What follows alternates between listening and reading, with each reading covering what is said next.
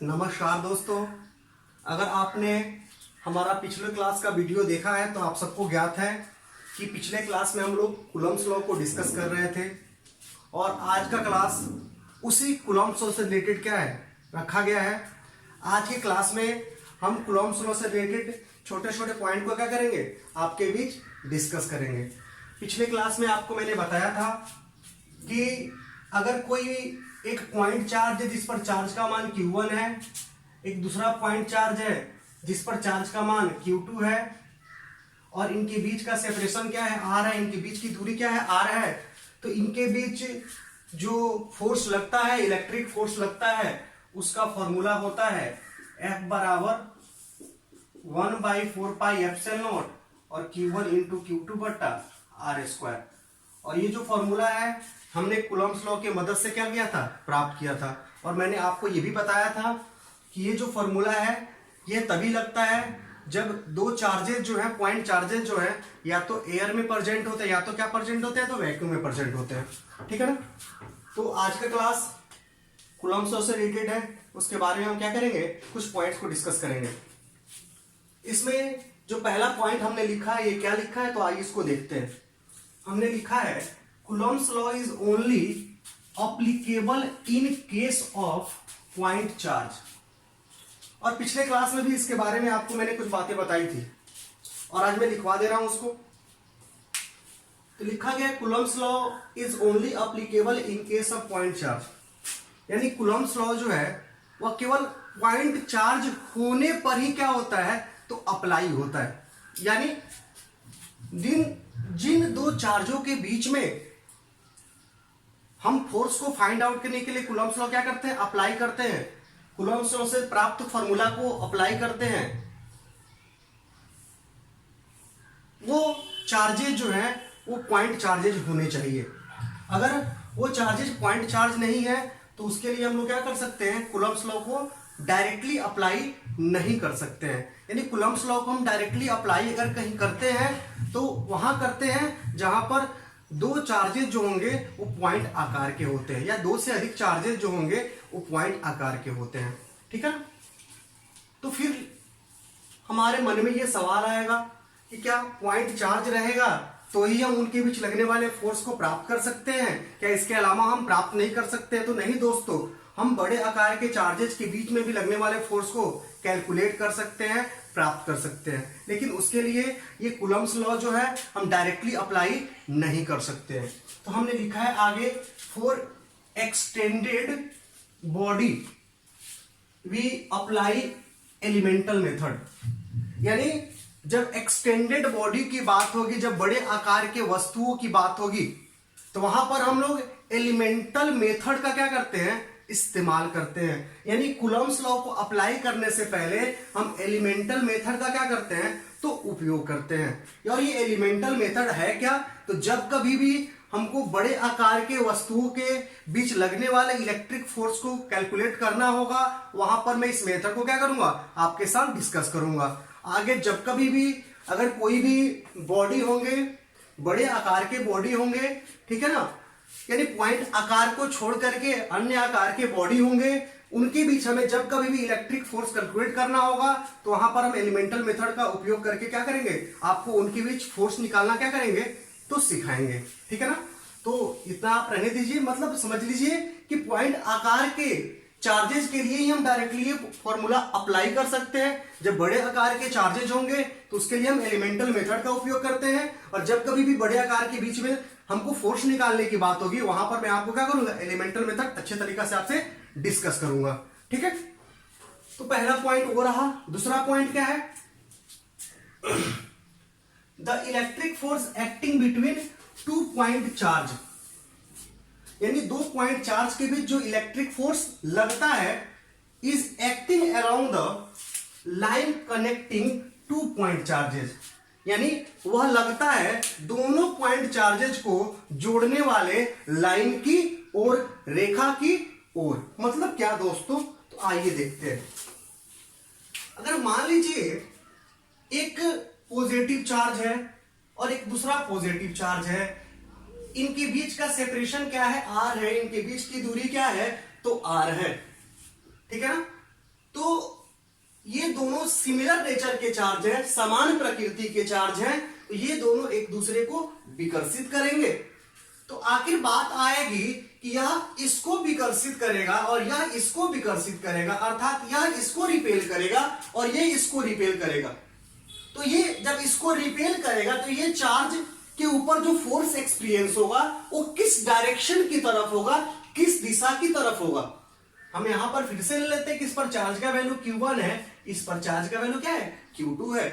अगर ये इसके ऊपर फोर्स लगाएगा तो आखिर ये फोर्स किस डायरेक्शन में एक्सपीरियंस करेगा, या क्या ये फोर्स इस पर लगेगा इस डायरेक्शन में, यानी इस डायरेक्शन में।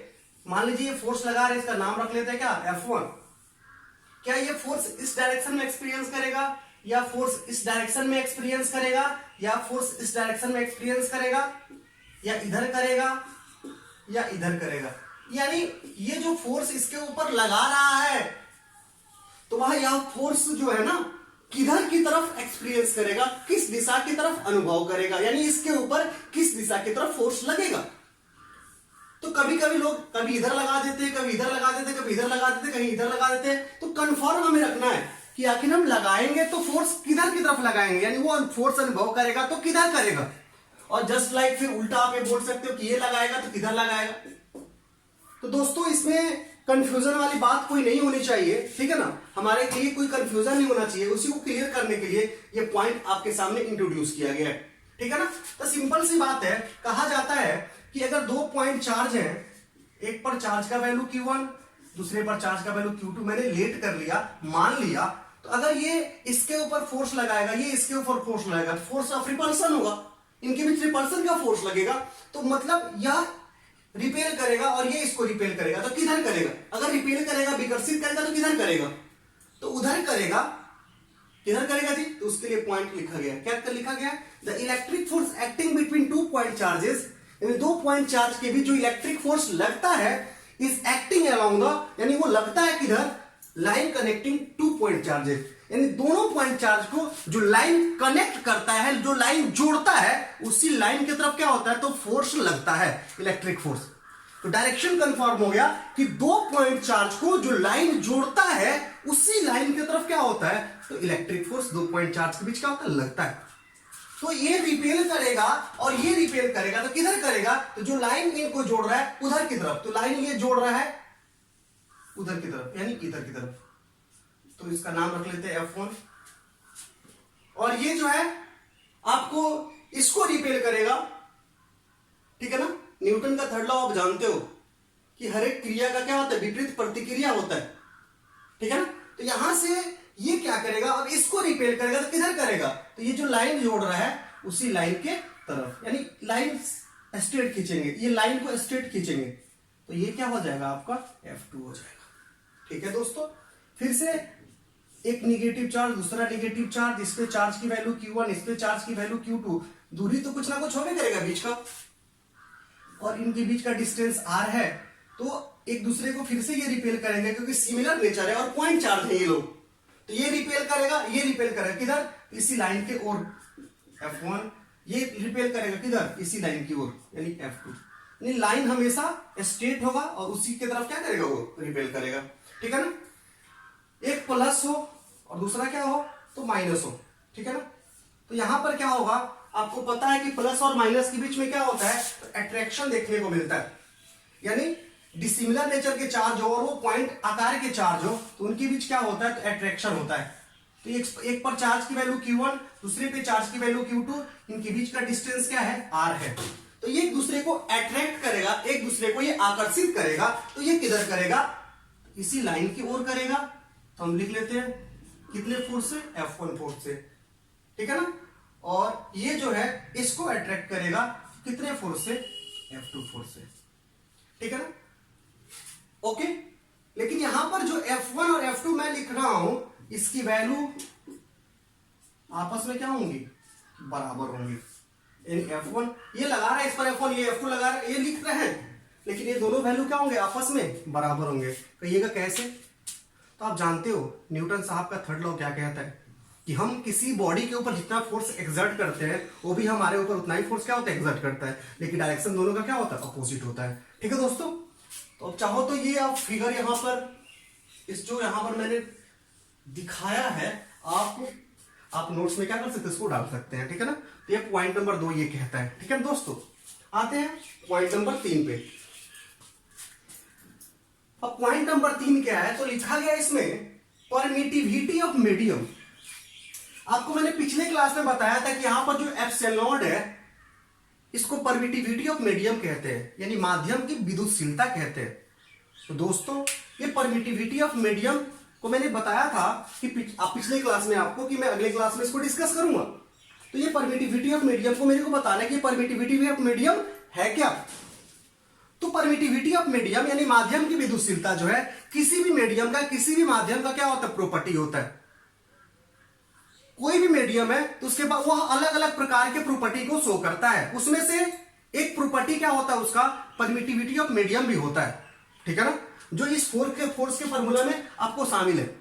तो ये परमिटिविटी ऑफ मीडियम यानी एप्सिलॉन जो है आप देख रहे हो फोर्स के साथ क्या है, इनवर्स रिलेशन रखता है। इनका जो रिलेशन है फोर्स का, किस एप्सिलॉन का जो है ना, इन परमिटिविटी ऑफ मीडियम का फोर्स के साथ रिलेशन जो है ना, इनवर्स रिलेशन है। इसका मतलब इनके यहां होने से इसकी वैल्यू क्या होगी, बढ़ेगी कि घटेगी। तो इनके यहां होने से चूंकि रिलेशन क्या इनवर्स है, डायरेक्टली नहीं है, तो क्या होगा, ये अगर यहां पर प्रेजेंट है इसके वजह से इसकी वैल्यू क्या होगी, घटेगी। इसका मान क्या होगा, घटेगा। और यही अगर ऊपर होता तो इसके होने से इसका वैल्यू क्या होता, बढ़ता। तो इसके होने से परमिटिविटी ऑफ मीडियम के होने से यहां पर एफ की वैल्यू क्या हो रही है, घट रही है। एफ की वैल्यू दो चार्जेस के बीच में क्या होगी, कम हो रही है। और आगे इसके बाद आपको मैं इलेक्ट्रिक फील्ड इंटेंसिटी पढ़ाऊंगा और वहां पर इलेक्ट्रिक फील्ड टॉपिक का भी जिक्र करूंगा आपके साथ। और मैं आपको बताऊंगा कि इलेक्ट्रिक फील्ड इंटेंसिटी को निकालने का जो फॉर्मूला होता है वह 1/4 पाई एप्सिलॉन नॉट और क्यू बट्टा क्या होता है, तो आर स्क्वायर। मैं इसको अगले क्लास में डिस्कस करूंगा। इलेक्ट्रिक फील्ड इंटेंसिटी को मैं भी डिस्कस करूंगा आगे में चल करके, और आपको इलेक्ट्रिक फील्ड को भी डिस्कस करूंगा। तो इलेक्ट्रिक फील्ड इंटेंसिटी को जब हमें प्राप्त करना होता है उस समय भी हम क्या करते हैं, यही फॉर्मूला लगाते हैं। तो इस फॉर्मूले में भी, इलेक्ट्रिक फील्ड इंटेंसिटी के फॉर्मूले में भी एप्सिलॉन नॉट क्या है, तो इनवर्स रिलेशन रखता है। यानी इसके यहां होने से इसकी वैल्यू पर क्या असर पड़ेगा, तो बढ़ेगा या घटेगा, तो घटेगा। यानी यहां एप्सिलॉन नॉट जो है, जो मीडियम की प्रॉपर्टी है, वो क्या कर रहा है, इलेक्ट्रिक फील्ड इंटेंसिटी या कहिए इलेक्ट्रिक फील्ड जो मैं आगे इंट्रोड्यूस करने वाला हूं आपको, और इलेक्ट्रिक फोर्स उसके वैल्यू को क्या कर रहा है, कम कर रहा है। उसके स्ट्रेंथ को क्या कर रहा है, तो कम कर रहा है, ठीक है ना। तो यहां पर मैंने लिखा है द प्रॉपर्टीज ऑफ मीडियम, यानी माध्यम का वह प्रॉपर्टी, वह गुण which diminishes the strength of electric force, जो इलेक्ट्रिक फोर्स के स्ट्रेंथ को कम करता है। और इलेक्ट्रिक फील्ड जो मैं आपको आगे इंट्रोड्यूस करूंगा, इलेक्ट्रिक फील्ड इंटेंसिटी फॉर्मूला में आपको दिखाया कि इनवर्स रिलेशन यहां भी रखता है। और कहिए कि इलेक्ट्रिक फील्ड के स्ट्रेंथ को भी क्या करता है, तो कम करता है। यानी विद्युत क्षेत्र इसका हिंदी होता है, विद्युत क्षेत्र के क्षमता को क्या करता है, कम करता है। क्या कहलाता है जी, is called permittivity of medium, जिसे हम क्या कहते हैं, तो मीडियम का परमिटिविटी कहते हैं, माध्यम की विद्युतशीलता कहते हैं। यानी माध्यम की विद्युतशीलता क्या है, तो किसी माध्यम का, किसी मीडियम का क्या होता है, तो वह प्रॉपर्टी होता है जो इलेक्ट्रिक फोर्स तथा, या कहिए कि इलेक्ट्रिक फोर्स, और या कहिए क्या कहिएगा, यानी माध्यम की विद्युतशीलता किसी माध्यम का क्या होता है, तो गुण होता है जो विद्युतीय बल तथा विद्युत क्षेत्र के क्षमता को क्या करता है, तो कम करता है। यानी आप कह सकते हैं कि माध्यम की विद्युतशीलता किसी माध्यम का गुण होता है जो विद्युतीय बल और विद्युतीय क्षेत्र के स्ट्रेंथ को, यानी क्षमता को क्या करता है, कम करता है, ठीक है ना। या कह सकते हैं कि किसी माध्यम का वह गुण जो विद्युतीय बल या विद्युत क्षेत्र तीव्रता या विद्युत क्षेत्र की क्षमता को कम करता है, उसको माध्यम की विद्युतशीलता कहते हैं। ओके दोस्तों, आगे क्या लिखा हुआ है देखिएगा, the permittivity of medium is different for different medium. यानी परमिटिविटी ऑफ मीडियम जो होता है, यानी किसी माध्यम का जो परमिटिविटी होता है वो क्या होता है, डिफरेंट होता है। किसके लिए, तो डिफरेंट मीडियम के लिए, यानी अलग अलग मीडियम के लिए परमिटिविटी ऑफ मीडियम की जो वैल्यू है वो अलग अलग होती है, ठीक है ना। अगर हम मीडियम चेंज करते हैं तो अगर मान लीजिए वाटर एक मीडियम है, एक माध्यम है, एक केरोसिन तेल भी क्या है, एक मीडियम है, हवा भी क्या है, एक मीडियम है। हवा के लिए परमिटिविटी ऑफ मीडियम की जो वैल्यू होगी वह पानी के लिए नहीं होगी, जो पानी के लिए होगी वो केरोसिन तेल के लिए नहीं होगी। अगर मीडियम हम चेंज करते हैं, मीडियम हम बदलते हैं, तो परमिटिविटी ऑफ मीडियम की वैल्यू भी क्या होती है, तो चेंज करती है, ठीक है दोस्तों। आगे हमने लिखा है फॉर एयर और vacuum it is denoted by epsilon not, यानी एयर और वैक्यूम के लिए हम क्या करते हैं, परमिटिविटी ऑफ मीडियम को एप्सिलॉन से क्या करते हैं, एप्सिलॉन से क्या करते हैं हम लोग, तो डिनोट करते हैं, ठीक है ना। For other medium it is denoted by epsilon, ठीक है ना, हम एप्सिलॉन से दिखाते हैं। और किसी अदर मीडियम के लिए, जब मीडियम वही क्या होता है, एयर और वैक्यूम होता है, तो उसके लिए क्या करते हैं हम लोग, एप्सिलॉन से दिखाते हैं। क्योंकि एयर और वैक्यूम के लिए हम लोग एप्सिलॉन नोटेशन का इस्तेमाल कर रहे हैं, ठीक है ना। तो सेम है दोनों के लिए, एयर और वैक्यूम के लिए। इसका मतलब है कि परमिटिविटी ऑफ मीडियम की वैल्यू जो होती है एयर और वैक्यूम के लिए क्या होती है, तो एक समान होती है। ओके दोस्तों, ठीक है ना। और अदर मीडियम के लिए क्या करेंगे, एप्सिलॉन का इस्तेमाल करेंगे, ठीक है दोस्तों। तो एयर और वैक्यूम के लिए चूंकि समान होता है, इसीलिए हमने क्या किया, एप्सिलॉन से इसको डिनोट किया है। और इसकी वैल्यू कितनी होती है दोस्तों, पिछले क्लास में मैंने आपको बताया था कि 8.85 into 10 to the power -12। Okay, मैंने इसके वैल्यू को भी क्या किया था, आपको बताया था। किसके वैल्यू के, इसके वैल्यू को बताया था मैंने, इसके वैल्यू को नहीं बताया था, एप्सिलॉन के वैल्यू को नहीं, एप्सिलॉन के वैल्यू को बताया था। क्योंकि ये एयर और वैक्यूम के लिए क्या होता है, फिक्स होता है, तो मैंने इसके वैल्यू को आपको क्या किया, बता दिया था पिछले क्लास में, ठीक है दोस्तों। एक छोटा सा एग्जांपल आइए देख लेते हैं।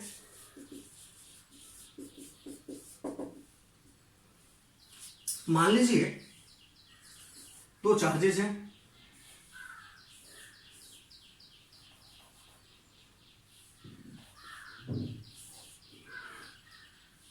एक पर चार्ज की वैल्यू Q1, दूसरे पे चार्ज की वैल्यू क्या है, तो Q2 है, ठीक है। इनके बीच का सेपरेशन क्या है दोस्तों, R है। और ये जहां पर रखे हुए हैं ना, जिस मीडियम में रखे हुए हैं, ये कह सकते हैं क्या है, तो वाटर है, यानी पानी के भीतर ये रखे हुए हैं। तो यहां पर इनके बीच हम अगर फोर्स निकालना होगा, इलेक्ट्रिक फोर्स निकालना होगा, तो क्या फॉर्मूला इस्तेमाल करेंगे। एक दूसरा केस लेते हैं,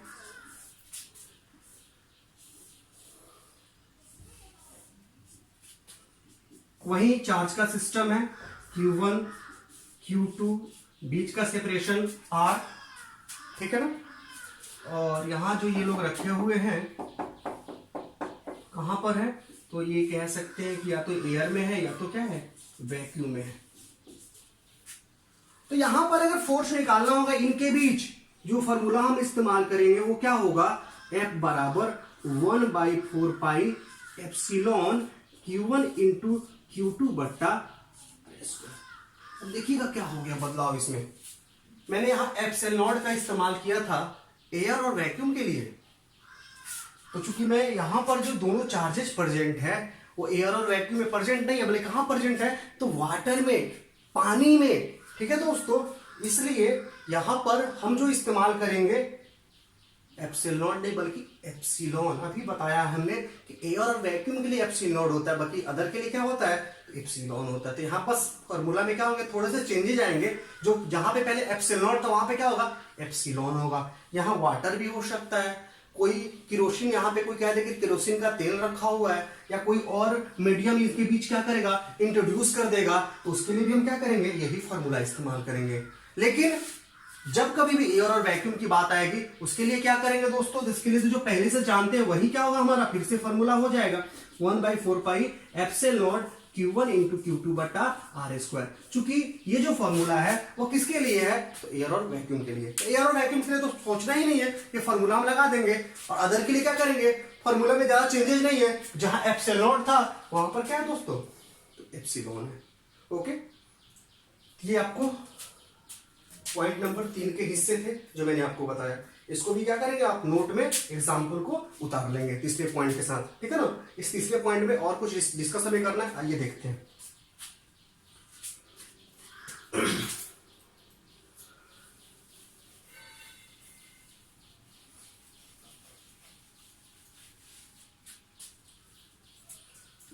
आप सब कोई अच्छे से पढ़ते रहिए।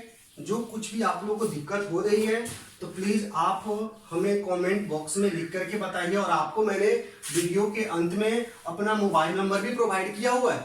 आप उस मोबाइल नंबर पे हमें कोई चीज अगर जानना है तो उसको आप व्हाट्सअप कर सकते हैं। जो भी टॉपिक अभी चल रहा है उसके रिलेटेड कोई भी चीज आपको जानना है कि हम सर ये हमको प्रॉब्लम हो रही है, कोई भी अगर बुक्स पढ़ रहे हैं उसमें प्रॉब्लम हो रही है, जो टॉपिक हम पढ़ा रहे हैं फिलहाल वही, अभी नए टॉपिक को जब पढ़ाऊंगा तो उसको भी आप पूछ सकते हैं, ठीक है ना।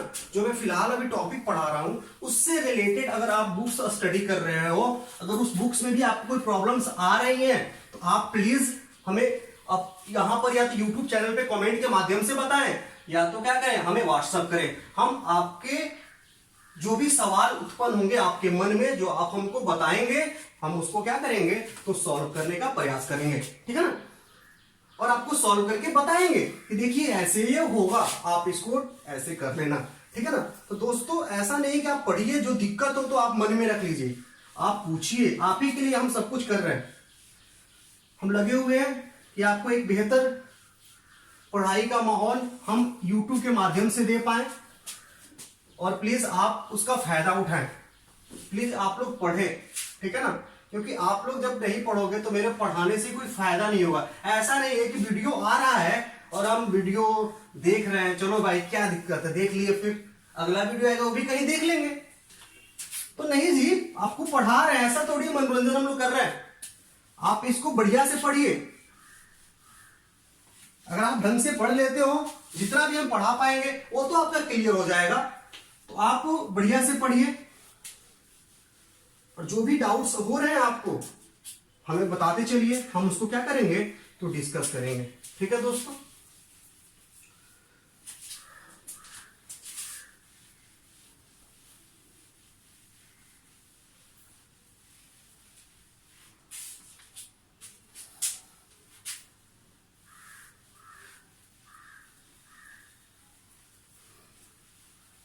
हाँ, तो अभी हमने डिस्कस किया आपके साथ क्या परमिटिविटी ऑफ मीडियम। एक और टर्म इंट्रोड्यूस होता है, आइए उसको देखते हैं इसी से रिलेटेड, ठीक है ना।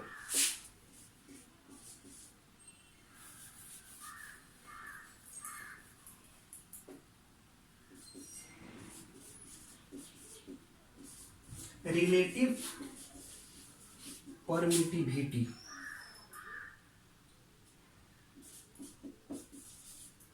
तो कोई भी हिंदी मीडियम के लोगों को दिक्कत हो रही है, कोई हिंदी आपको वर्ड्स में प्रॉब्लम्स हो रही है, इंग्लिश वर्ड्स में कोई प्रॉब्लम हो रही है, तो आप उसको क्या करिए, आप हिंदी उसका ढूंढ लीजिए, कोई बड़ी चीज नहीं है आपके लिए, ठीक है ना। तो दूसरा जो हमारा है अभी क्या रिलेटिव परमिटिविटी, और इसी को हम कहते हैं dielectric constant. Dielectric constant पिछले क्लास में कहीं ना कहीं आपको देखने को मिला होगा कि डाई इलेक्ट्रिक कांस्टेंट है क्या। डाई इलेक्ट्रिक कांस्टेंट, ठीक है ना।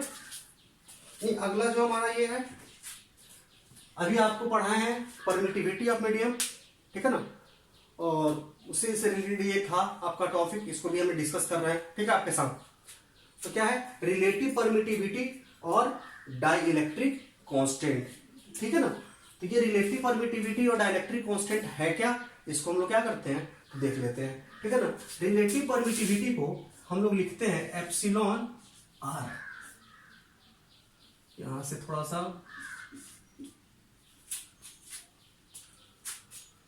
ठीक है ना, इसको रिलेटिव परमिटिविटी को एप्सिलॉन आर से दिखाते हैं, चूंकि एप्सिलॉन क्या परमिटिविटी ऑफ मीडियम है और यहाँ आर जो छोटा सा आर नीचे में रहेगा, जो क्या होगा आर फॉर रिलेटिव और एप्सिलॉन क्या परमिटिविटी यानी रिलेटिव परमिटिविटी। और डाइलेक्ट्रिक कांस्टेंट को हम लोग क्या करते हैं,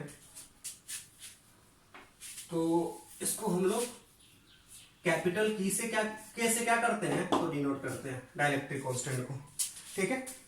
यानी रिलेटिव परमिटिविटी और डाइलेक्ट्रिक कांस्टेंट है क्या, ठीक है ना। तो इसका डिफिनेशन आप लिख सकते हैं, ये होता क्या है तो रिलेटिव परमिटिविटी और डाइलेक्ट्रिक कांस्टेंट जो होता है वह रेशियो होता है, वो अनुपात होता है, ठीक है ना। परमिटिविटी ऑफ एनी मीडियम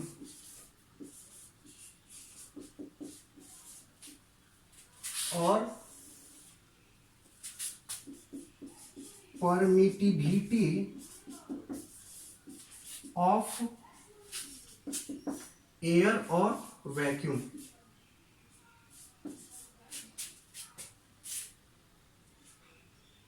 तो permittivity of any medium epsilon से दिखाएंगे और एयर और वैक्यूम के लिए क्या करेंगे, एप्सिलॉन से दिखाएंगे, ठीक है दोस्तों। वीडियो में कुछ समझने में प्रॉब्लम अगर आपको आ रही है, कोई चीज लिखा गया आपको समझ में नहीं आया, तो प्लीज आप उसको स्क्रीनशॉट लेकर के बोलिएगा, सर यहाँ पे क्या दिक्कत है बता देंगे हम आपको, ठीक है ना। तो जो भी प्रॉब्लम्स आएंगे प्लीज यार बताइए, ठीक है ना। हम आप ही के लिए यहाँ पर हैं, ये क्लासेस जो कंटिन्यू कर रहे हैं आप ही के लिए कर रहे हैं। प्लीज आप बढ़िया से हर एक वीडियो को देखिए और अच्छा से पढ़ लीजिए। मैं दावा करता हूँ जितना मैं आपको पढ़ा दूंगा ना, उससे आपको एक बेहतर स्टेज प्राप्त हो जाएगा, ठीक है ना। आप ढंग से लगे रहिए। तो क्या है जी, ये रिलेटिव परमिटिविटी और डाइलेक्ट्रिक कांस्टेंट है क्या, तो ये सिंपल सी बात है, यह रेशियो होता है किसका, तो परमिटिविटी ऑफ एनी मीडियम और परमिटिविटी ऑफ एयर और वैक्यूम। यानी the ratio of permittivity of any medium and permittivity of air और vacuum is called relative permittivity और डाइलेक्ट्रिक कांस्टेंट। ये पूछा भी है कहीं कहीं किसी एग्जाम में, इंटरमीडिएट एग्जाम में, बोर्ड के एग्जाम में पूछा है कि रिलेटिव परमिटिविटी किसे कहते हैं। तो रिलेटिव परमिटिविटी है क्या, तो ये सिंपल सा रेशियो है किसका, तो permittivity of any medium and permittivity of air और वैक्यूम। यानी रिलेटिव परमिटिविटी और डाइलेक्ट्रिक कांस्टेंट जो होता है, रिलेटिव परमिटिविटी यानी आपेक्षिक विद्युतशीलता या परावैद्युत नियतांक, आपसे पूछेगा परावैद्युत नियतांक या आपेक्षिक विद्युतशीलता है क्या, तो क्या कहेंगे उसको, तो रिलेटिव परमिटिविटी यानी डाइलेक्ट्रिक कांस्टेंट जो होता है वह किसी माध्यम की विद्युतशीलता तथा हवा या निर्वात की विद्युतशीलता का अनुपात होता है। यानी किसी माध्यम की विद्युतशीलता तथा हवा या निर्वात की विद्युतशीलता का जो अनुपात होता है वह रिलेटिव परमिटिविटी और डाइलेक्ट्रिक कांस्टेंट क्या होता है, तो कहलाता है। ओके दोस्तों, यहां से आप देख सकते हैं क्या है, अगर इसको लिखा जाए तो, और केवल सिंपल ऐसे ही लिखे तो एप्सिलॉन आर और के इज इक्वल टू एप्सिलॉन बटा एप्सिलॉन, ठीक है ना। तो क्रॉस मल्टीप्लिकेशन कर लीजिए आप, तो यहां से क्या मिल जाएगा आपको दोस्तों, एप्सिलॉन इज इक्वल टू के इंटू एप्सिलॉन और एप्सिलॉन आर इंटू एप्सिलॉन, ठीक है ना। ये आपको यहां से मिल जाएगा। यानी आप यहां से आज से याद करो कि एप्सिलॉन जो होता है वो के इंटू एप्सिलॉन के क्या होता है, तो बराबर होता है, ठीक है ना, कोई दिक्कत। यानी जो ये एप्सिलॉन था और ये जो एप्सिलॉन था, इनके बीच क्या रिलेशन होता है, तो एप्सिलॉन जो होता है वो के इंटू एप्सिलॉन के क्या होता है, बराबर होता है। क्योंकि एप्सिलॉन की वैल्यू आपको पता है कांस्टेंट वैल्यू होती है, जो मैंने आपको लिखवा चुका है, ठीक है ना। और यहाँ के क्या है, डाइलेक्ट्रिक कांस्टेंट, इसके वैल्यू को मैंने लिखवा चुका है, पीछे क्लास में जाइए आप, वहां पे मैंने के वैल्यू को लिखवाया था, के का वैल्यू 1 होता है एयर और वैक्यूम के लिए, याद कीजिए, ठीक है ना। जबकि वाटर के लिए क्या होता है, 81 होता है, अभी मेटल के लिए क्या होता है, इन्फिनिटी होता है, ठीक है ना। और इसके अलावा भी अदर मीडियम आपको अगर देता है तो वहां पर आपको के का वैल्यू क्या करेगा, प्रोवाइड करा करके आपको रखेगा, ठीक है ना। तो यहां से एप्सिलॉन और एप्सिलॉन के बीच क्या रिलेशन है, तो एप्सिलॉन बराबर क्या होता है, के इंटू एप्सिलॉन। अब इससे फायदे क्या होंगे दोस्तों, तो अभी हमने फोर्स का फॉर्मूला लिखा था, चूंकि अगर किसी भी मीडियम के लिए फोर्स का फॉर्मूला जो लिखा था एग्जांपल नंबर ए में, इसके पहले, तो उसमें क्या लिखा था, किसी भी मीडियम के लिए जो फोर्स का फॉर्मूला होता है 1/4 pi epsilon Q1 into Q2 बट्टा क्या हो जाता है, आर स्क्वायर। ये किसी भी मीडियम के लिए, ठीक है ना। अब यहां से क्या होगा, 1/4 पाई, थोड़ा सा बोर्ड अच्छा से क्लीन नहीं हो पाया है, तो ऐसा देखिएगा आप लोग, 1/4 पाई, यहाँ पे एप्सिलॉन जो है ना, इसके जगह पर हम लोग क्या लिख सकते हैं, तो के into epsilon Q1 into Q2 बट्टा आर स्क्वायर, ठीक है दोस्तों। अब यहाँ पे अगर ये फॉर्मूला, ये तो किसी मीडियम के लिए है, अगर इसको एयर और वैक्यूम के लिए बनाना है तो क्या करेंगे, यहाँ के का वैल्यू क्या करिए रखिए, तो कितना होता है एयर और वैक्यूम के लिए, तो के का वैल्यू बताया था आपने को मैंने, के का वैल्यू एयर और वैक्यूम के लिए कितना होता है, 1 होता है, तो रखिए एक यहाँ पे, तो क्या हो जाएगा, ये बन जाएगा 1/4 pi epsilon not Q1 into Q2 बट्टा R²। यानी एयर और वैक्यूम के लिए आपको पता था नहीं ये होता है, और इससे इसके द्वारा भी गए तो वही हमको मिल गया। ओके, तो ये जो फॉर्मूला है ये सबके लिए क्या हो जाएगा, अप्लाई हो जाएगा। ठीक है ना, बस जो मीडियम की बात करेगा उस मीडियम का हम के रख देंगे, और क्या होगा, हम फोर्स का वैल्यू, यहाँ फोर्स का फॉर्मूला क्या करेंगे, उसके लिए अप्लाई कर लेंगे। ओके दोस्तों, अब बात है कि इसके वैल्यू को हम कैसे फाइंड आउट करेंगे, तो कोई बड़ी बात नहीं है आपके लिए, ये वैल्यू तो इसका वैल्यू हम रखेंगे, इसकी वैल्यू रखेंगे, इसके अलावा इसकी वैल्यू हमें क्या होगी पता नहीं है, लेकिन आपको एक बात आपको मैंने बताया था कि 1/4 पाई एप्सिलॉन नॉट की वैल्यू होती है 9 × 10⁹ ठीक है ना, ये मैंने आपको बताया था। और यूनिट के बारे में बताया था, तो यूनिट क्या था, न्यूटन मीटर स्क्वायर और कूलम स्क्वायर, इसकी वैल्यू मैंने बताया है, यानी इसकी वैल्यू नहीं बताया मैंने, इसकी वैल्यू बताया है। तो क्या करना है इसमें, इसको अलग कर लीजिए, 1/4 पाई एप्सिलॉन नॉट को अलग कर लीजिए, इसका वैल्यू आपको पता है, और क्या बचेगा 1/k Q1 × Q2 बटा R²।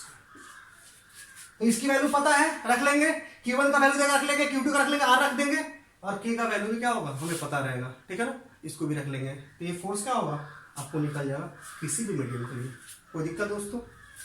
ठीक है ना, आगे और भी पॉइंट्स है इसके बचे हुए, ठीक है ना, एक क्लास में वो खत्म नहीं हो पाएगा, तो इसको और भी थोड़ा पॉइंट्स है, मैंने क्या किया 3 पॉइंट्स आपको डिस्कस किया, 2-3 पॉइंट्स और बचे हुए, आइए उसको भी डिस्कस ही कर लेते हैं। समझ में आना कि इलेक्ट्रिक फोर्स जो होता है ना, वह एक वेक्टर क्वांटिटी होता है। ठीक है ना, अभी मैंने इसके बारे में आपको नहीं बताया था कि इलेक्ट्रिक फोर्स स्केलर होता है कि वेक्टर होता है। तो दोस्तों इलेक्ट्रिक फोर्स जो होता है वो एक वेक्टर क्वांटिटी होता है, जिसका एसआई यूनिट क्या हो जाएगा, तो न्यूटन हो जाएगा। ठीक है ना, इलेक्ट्रिक फोर्स का एसआई यूनिट क्या होगा, तो न्यूटन होगा, जिससे आपको पहले से भी पता है। ठीक है ना, और इसका डायमेंशन फॉर्मूला, कोई भी फोर्स हो तो उसका डायमेंशन फॉर्मूला क्या होता है, हमेशा फोर्स कैसा भी हो, चाहे इलेक्ट्रिक फोर्स हो चाहे कोई भी फोर्स हो, उसका डायमेंशन फॉर्मूला क्या होता है, mL/-2। ठीक है ना, तो फोर्स क्या होता है दोस्तों, वेक्टर क्वांटिटी होता है। तो अभी जो मैंने लिखा था फोर्स का फॉर्मूला, ठीक है ना, क्या लिखा था कि F बराबर 1/4 pi epsilon not Q1 × Q2 बटा R²। तो ये जो फोर्स का फॉर्मूला है, तो ये फोर्स का फॉर्मूला क्या वेक्टर के फॉर्म में है, क्योंकि फोर्स वेक्टर क्वांटिटी होता है इलेक्ट्रिक फोर्स। ठीक है ना, तो क्या ये वेक्टर के फॉर्म में है, तो नहीं है।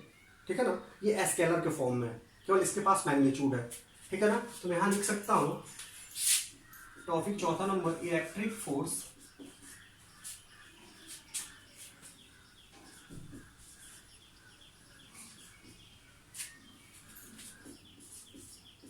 टर्म्स ऑफ वेक्टर, यानी इलेक्ट्रिक फोर्स किसके रूप में, तो वेक्टर के रूप में। ठीक है ना, चूंकि ये वेक्टर क्वांटिटी होता है। ठीक है ना दोस्तों, तो आप जानते हो कि वेक्टर उसे कहते हैं जिसके पास मैग्नीट्यूड होता है, जिसके पास डायरेक्शन होता है, और जो parallelogram, triangle law of addition, या कहिए कि वेक्टर लॉ ऑफ एडिशन को क्या करता है, फॉलो करता है, उसको क्या कहते हैं, तो वेक्टर क्वांटिटी कहते हैं। अब वेक्टर को डिनोट करना है, तो ये अगर लिख रहे हैं, अगर ये एक वेक्टर है, अगर सिंपल लिखेंगे तो ये यहाँ पे स्केलर को डिनोट करेगा। मैं यहाँ बी लिखूंगा तो ये स्केलर को डिनोट करेगा, स्मॉल ए लिखूंगा तो भी क्या होगा, स्केलर को डिनोट करेगा। वही जब मैं क्या करूंगा, इस पर एरो लगा दूंगा तो ये किसको डिनोट करेगा, वेक्टर को। ठीक है ना, तो दोस्तों किसी भी लेटर के ऊपर अगर एरो लग जाता है, जिसको हम पढ़ते हैं वेक्टर, और ए के ऊपर लगा देगा तो वेक्टर है, बी के ऊपर तो वेक्टर बी, यहाँ भी वेक्टर ए, तो एरो लग गया किसी भी अंग्रेजी लेटर के ऊपर, तो क्या होता है, वेक्टर क्वांटिटी को डिनोट करता है। तो ये वेक्टर है, इसके पास मैग्नीट्यूड है, डायरेक्शन है। ठीक है ना, और ये वेक्टर लॉ ऑफ एडिशन को क्या करेगा, फॉलो करेगा। और अगर इस वेक्टर का हम मॉड लेते हैं या इस एरो को हटा देते हैं और कर दीजिए, तो ये क्या कहलाता है, तो मैग्नीट्यूड ऑफ वेक्टर ए यानी वेक्टर ए का क्या होता है, तो ये मैग्नीट्यूड होता है, क्योंकि ए जो है स्केलर को डिनोट करता है, स्केलर के पास केवल मैग्नीट्यूड होता है, ठीक है ना। तो ये वेक्टर ए का जब मॉड लेते हैं या एरो हटा देते हैं तो ये किसको डिनोट करता है, इसी वेक्टर के मैग्नीट्यूड को, ठीक है ना। और किसी भी वेक्टर में अगर उसके मैग्नीट्यूड से क्या करते हैं हम डिवाइड कर देते हैं, तो ये जो है ये डिनोट करता है डायरेक्शन ऑफ वेक्टर ए, यानी वेक्टर ए के डायरेक्शन को क्या करता है, डिनोट करता है। ये वेक्टर ए पढ़ेंगे, ये क्या होगा, वेक्टर ए का मैग्नीट्यूड होगा, ठीक है ना, और ये क्या होगा, वेक्टर ए का डायरेक्शन को डिनोट करेगा, ठीक है ना। क्यों, तो ऊपर में वेक्टर है, इसके पास मैग्नीट्यूड है और डायरेक्शन है, ठीक है, और नीचे में इसी वेक्टर का मैग्नीट्यूड है, जो वेक्टर ऊपर है उसका मैग्नीट्यूड है, जो मैग्नीट्यूड ऊपर होगा वही मैग्नीट्यूड क्या होगा, नीचे होगा, उसी का मैग्नीट्यूड है ना, तो नीचे वही मैग्नीट्यूड होगा, क्या होगा, कैंसिल आउट हो जाएगा, बढ़ जाएगा क्या, डायरेक्शन। यानी किसी भी वेक्टर में अगर उसी के मैग्नीट्यूड से क्या करता है, डिवाइड कर देते हैं, तो क्या करता है वो उस वेक्टर के डायरेक्शन को क्या करता है, तो डिनोट करता है, ठीक है दोस्तों। तो ये सिंबल आप लोग पहले पढ़े होंगे 11th क्लास में, नहीं तो क्या करिए आप इसको ध्यान में रखिए। यहाँ नाम बदलेगा केवल, बी तो वेक्टर बी, बी तो वेक्टर बी का मैग्नीट्यूड, बी बी तो क्या होगा, डायरेक्शन ऑफ वेक्टर बी, ठीक है दोस्तों। तो ये अभी स्केलर के रूप में, क्योंकि यहाँ इसके ऊपर एरो लग जाता है तो ये वेक्टर के रूप में होता, बट यहाँ पे भी क्या है, स्केलर के रूप में है, ठीक है ना। तो क्या करेंगे, इसको वेक्टर के रूप में दिखाने के लिए इस पर हम लोग एरो लगाएंगे। तो इधर एरो लगाए मतलब पहले स्केलर के फॉर्म में था, अब एरो लगा तो वेक्टर के फॉर्म में, मतलब इसके पास मैग्नीट्यूड के साथ साथ डायरेक्शन भी आ गया। लेकिन पहले क्या था, इसके पास मैग्नीट्यूड था तो ये मैग्नीट्यूड था, तो इधर भी क्या होगा, एलएचएस बराबर आरएचएस, तो ये भी मैग्नीट्यूड था।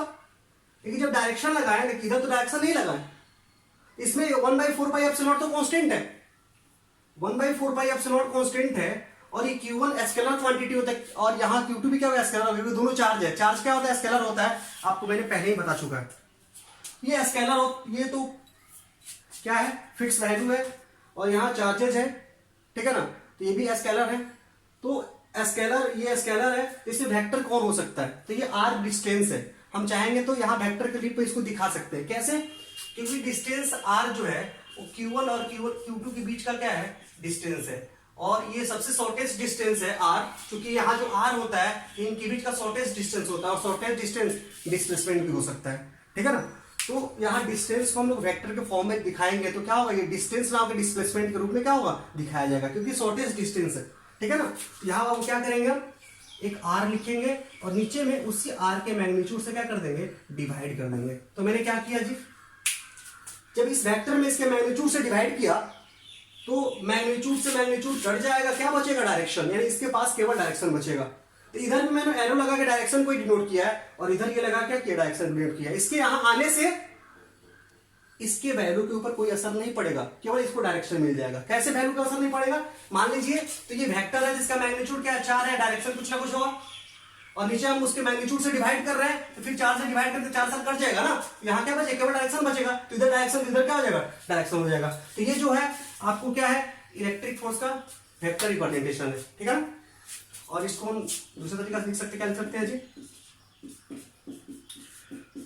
1/4 पाई एप्सिलॉन Q1 × Q2 बटा r², ठीक है। क्योंकि मैग्नीट्यूड को हम ऐसे भी दिखाते हैं और ऐसे भी दिखाते हैं, तो क्या लिख सकते हैं दोस्तों, सिंपल r लिख सकते हैं, ये और ये देख रहे हो ना, एक सेम है, ठीक है ना। तो यहाँ पर ये और ये दोनों सेम होगा, ठीक है ना। तो एक तरीका हमारा ये हो जाएगा, और इसको क्या लिख सकते हैं, आप इसको नोट कर लोगे, 3 नंबर पॉइंट के बाद 4था नंबर पॉइंट, ये कंटिन्यूअसली लिखने चलना, नोट्स बनाते चलिए आप, जो भी मैं लिख रहा हूँ उसको उतारते चलिए कॉपी में, ठीक है ना। और यहाँ से क्या हो जाएगा, 1/4 पाई एप्सिलॉन Q1 × Q2 बटा r², और यहाँ स्क्वायर करके कर सकते हैं, RQ कर सकते हैं, और यहाँ पे r लिख सकते हैं, क्योंकि ये r और ये r क्या हो जाएगा, RQ बन जाएगा, ठीक है ना। ये ऐसे भी लिख सकते हैं आप, तो आप इसको ऐसे भी लिख सकते हैं। अब नहीं हो सकता है कई तरीका से अलग अलग बुक्स में अलग अलग चीजें लिखी हो, अलग अलग जगह पर अलग अलग चीजें लिखी हो, और हम देख करके टेंशन में आ जाए, टेंशन में नहीं आती। इसमें ये आर में यानी ए और ए में फर्क नहीं है, तो इसको हम क्या कर सकते हैं, ऐसे भी लिख सकते हैं ना, एक आर का आर मोड और क्यू है तो क्या हो जाएगा क्यू, यानी इसमें से किसी तरीका से हम क्या कर सकते हैं, आपको इलेक्ट्रिक फोर्स को वेक्टर के रूप में क्या कर सकते हैं, रिप्रेजेंट कर सकते हैं। यानी कूलम्ब्स लॉ को वेक्टर के रूप में क्या कर सकते हैं, रिप्रेजेंट कर सकते हैं। ठीक है ना, Coulombic force in vector form. ठीक है ना, तो ये पॉइंट नंबर 4 है। और पॉइंट नंबर 5 में आप क्या लिख सकते हो, तो दोस्तों इलेक्ट्रिक फोर्स जो होता है ना, चूंकि कूलम्ब्स लॉ के द्वारा, कूलम्ब्स लॉ से के द्वारा प्राप्त होता है, तो कूलम्ब्स लॉ के द्वारा जो प्राप्त होता है इलेक्ट्रिक फोर्स को हम लोग कूलम्बिक फोर्स भी बोलते हैं। यानी जो हम फोर्स निकाले हैं ना, फॉर्मूला यहाँ पे फोर्स, ये फोर्स को हम इलेक्ट्रिक फोर्स भी बोल सकते हैं, चूंकि कूलम्ब्स लॉ के द्वारा प्राप्त है, इसको कूलम्बिक फोर्स भी बोल सकते हैं। और दोस्तों इसके अलावा भी इलेक्ट्रिक फोर्स को यानी कूलम्बिक फोर्स को सेंट्रीपिटल फोर्स भी कहा जाता है। अब ये सेंट्रीपिटल फोर्स क्यों कहा जाता है, यानी कूलम्बिक फोर्स को इलेक्ट्रिक फोर्स, इसके साथ साथ अभी मैंने क्या बताया कि आपको इसको सेंट्रीपिटल फोर्स भी कहते हैं। यानी कूलम्बिक फोर्स ये सेंट्रीपिटल फोर्स, तो सेंट्रीपिटल फोर्स यानी सेंट्रीपिटल हम किसके साथ इंट्रोड्यूस कर सकते हैं, किसके साथ लगा सकते हैं, तो उसके कुछ मायने हैं। ठीक है ना, मैं बताता हूं दोस्तों। एक चार्ज मैंने लिया Q1, दूसरा चार्ज हमने लिया क्या, Q2। ये इसके ऊपर फोर्स लगाया, तो मान लेते हैं फोर्स क्या है, F है, तो इसकी वैल्यू क्या होगी 1/4 पाई एप्सिलॉन और Q1 इंटू Q2 बट्टा R²। ठीक है ना, तो ये फोर्स लगाया इसके ऊपर, उसका मैग्नीट्यूड क्या है, इतना है, इस डायरेक्शन की तरफ है, बीच का डिस्टेंस R था। एक केस ये, दूसरा Q1 Q2, पहले वाला कंडीशन फोर्स वही लगेगा, F बराबर 1/4 पाई एप्सिलॉन और Q1 इंटू Q2 बट्टा R²। ये तो सेम है। अब इन दोनों के अलावा अगर कोई तीसरा चार्ज आ जाए, ठीक है ना, तो ये भी क्या करेगा, इसके ऊपर फोर्स लगाएगा, दोनों पॉजिटिव है तो रिपेल करेगा, ये भी लगाएगा इसके ऊपर, ये भी लगाएगा इसके ऊपर, लेकिन अभी हम इसके ऊपर फोर्स की बात कर रहे हैं। ठीक है ना, तो इसको ये लगाएगा और ये जब आया तो ये भी क्या करेगा, लगाएगा। बीच का डिस्टेंस हम क्या कर रहे हैं, यहाँ पे R1 मान ले रहे हैं, तो क्या होगा फोर्स, तो मान लेते हैं इसका नाम F1 1/4 पाई एप्सिलॉन, और यहाँ Q2 है और यहाँ Q3 है, तो Q3 इंटू Q2 या Q2 इंटू Q3, और यहाँ R1 डिस्टेंस है तो क्या होगा, यहाँ आपको R1 का स्क्वायर। इसके ऊपर जो फोर्स पहले से लग रहा था, ये तो इसके ऊपर लग ही रहा है, यानी इनके भी जो फोर्स लग रहा था वो लग ही रहा है, अभी भी लग रहा है, लेकिन इसके आने से इसके ऊपर और एक्स्ट्रा फोर्स क्या हो गया, लगने लगा।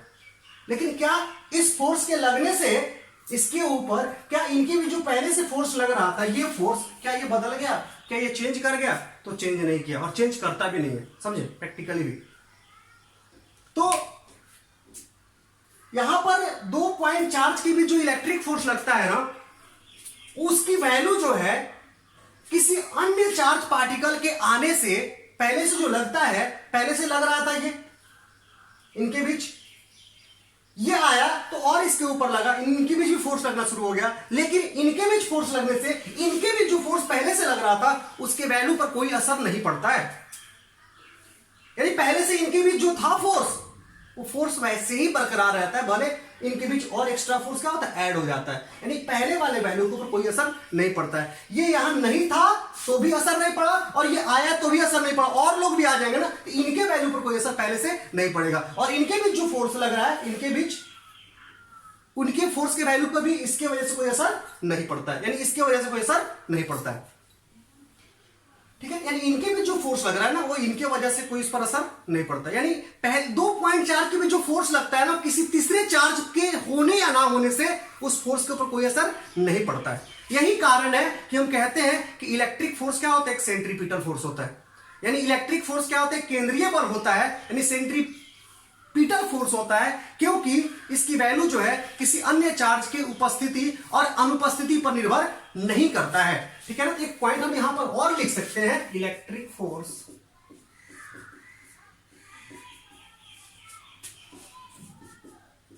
Is called centripetal force because the electric force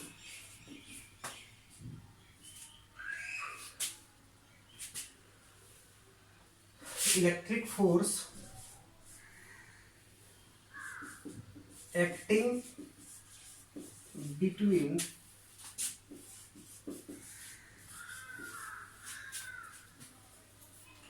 two charges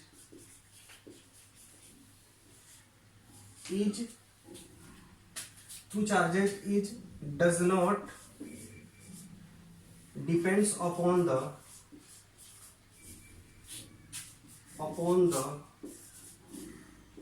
presence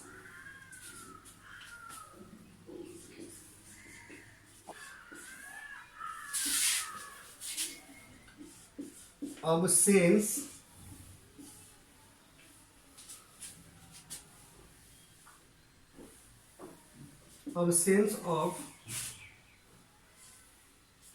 any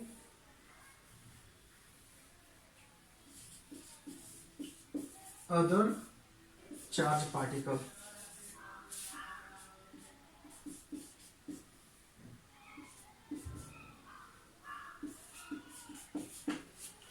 मतलब क्या लिख दिया गया है? Electric force is called centrifugal force. Centrifugal force कहा जाता है because the electric force acting between two charges, यानी दो चार्जेस के बीच में जो इलेक्ट्रिक फोर्स लगता है is does not depends upon the presence और absence of any other charge particle. यानी दो चार्ज पार्टिकल के बीच जो फोर्स लगता है वो किसी अदर चार्ज पार्टिकल के उपस्थिति या अनुपस्थिति पर निर्भर नहीं करता है, डिपेंड नहीं करता है। यानी इलेक्ट्रिक फोर्स जो है, विद्युतीय बल जो है केंद्रीय बल भी कहा जाता है, क्योंकि दो बिंदु आवेशों के बीच में, दो आवेशों के बीच में जो लगने वाला विद्युतीय बल होता है वो किसी अन्य आवेशों की उपस्थिति या अनुपस्थिति पर निर्भर नहीं करता है। ये पॉइंट नंबर क्या है हमारा? तो 5 है, ठीक है ना। एक और पॉइंट बचता है 6 नंबर, इसको भी देख लिया जाए, ठीक है ना। 6 नंबर पॉइंट्स क्या कहते हैं दोस्तों?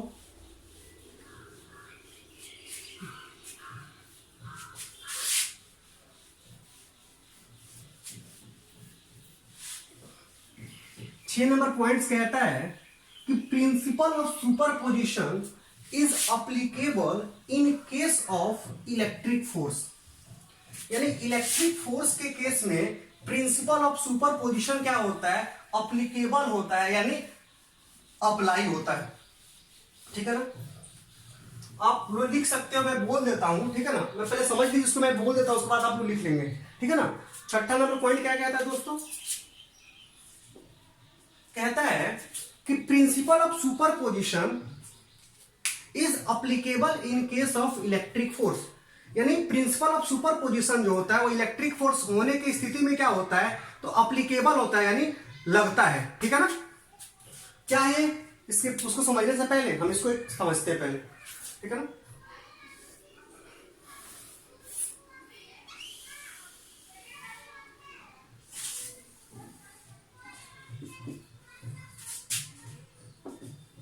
ठीक है, एक चार्ज है Q, एक है Q1, दूसरा है Q2, तीसरा है Q3, चौथा है Q4, ठीक है ना। और एक पांचवा है, माइनस में ले लेते हैं इसको, और ये आपका Q5, ठीक है। तो किसी एक चार्ज पार्टिकल के ऊपर अगर फोर्स की बात करें तो इसके ऊपर ये भी फोर्स लगाएगा, और चूंकि दोनों पॉजिटिव है तो ये इसको रिपेल करेगा।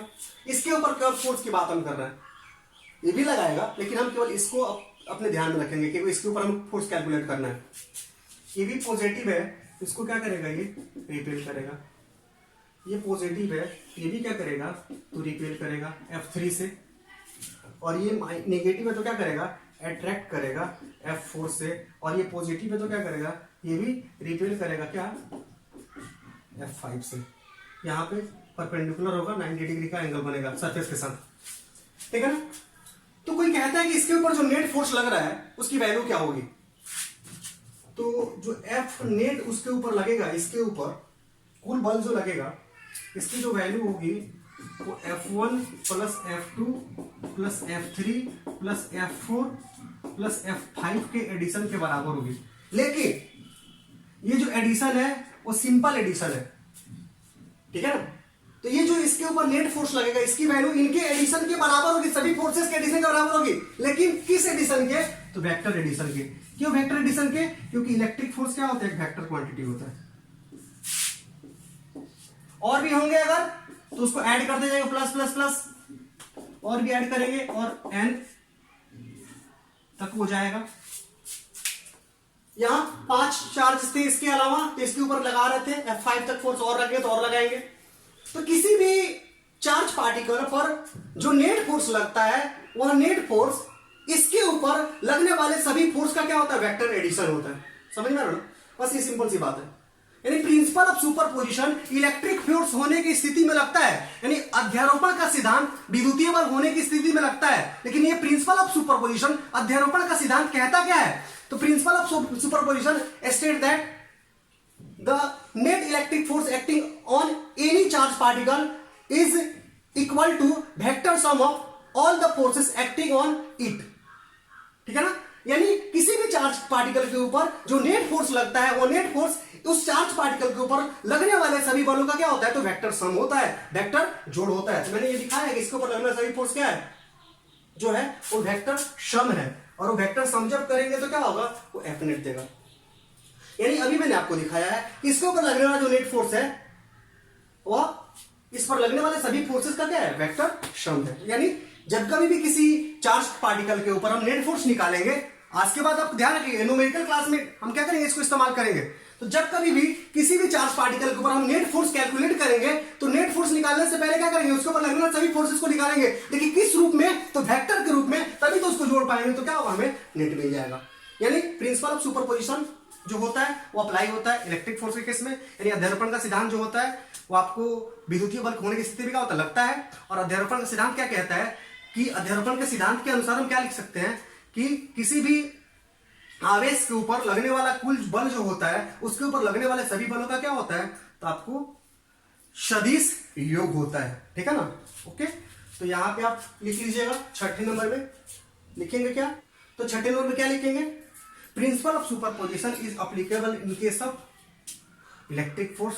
उसके बाद पैराग्राफ चेंज करके लिखेगा according to principle of superposition the net force acting on a charged particle is equal to vector sum of all the forces acting on it।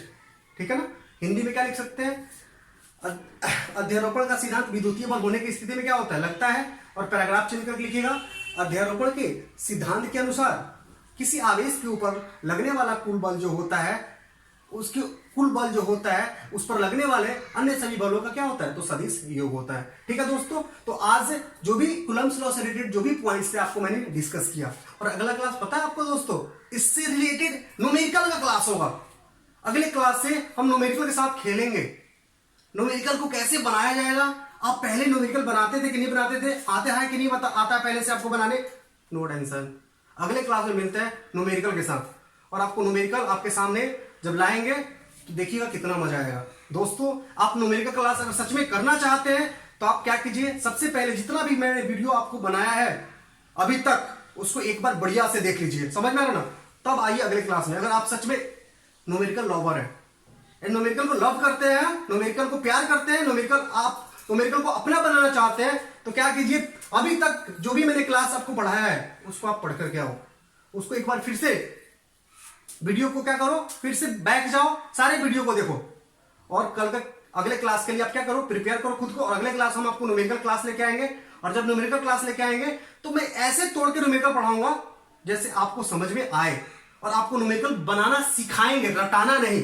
ठीक है ना। इसके लिए दोस्तों आपको इंतजार करना होगा अगले क्लास का। मिलते हैं अगले क्लास में। और जो भी आप अपने दोस्तों को सूचित नहीं कर पाए हो प्लीज उनको बताइए कि आइए अभिमन्यु फिजिक्स क्लास के यूट्यूब चैनल पे और देखिए इलेक्ट्रोस्टैटिक्स कैसे पढ़ा जाता है, कैसे पढ़ाया जाता है। ठीक है ना।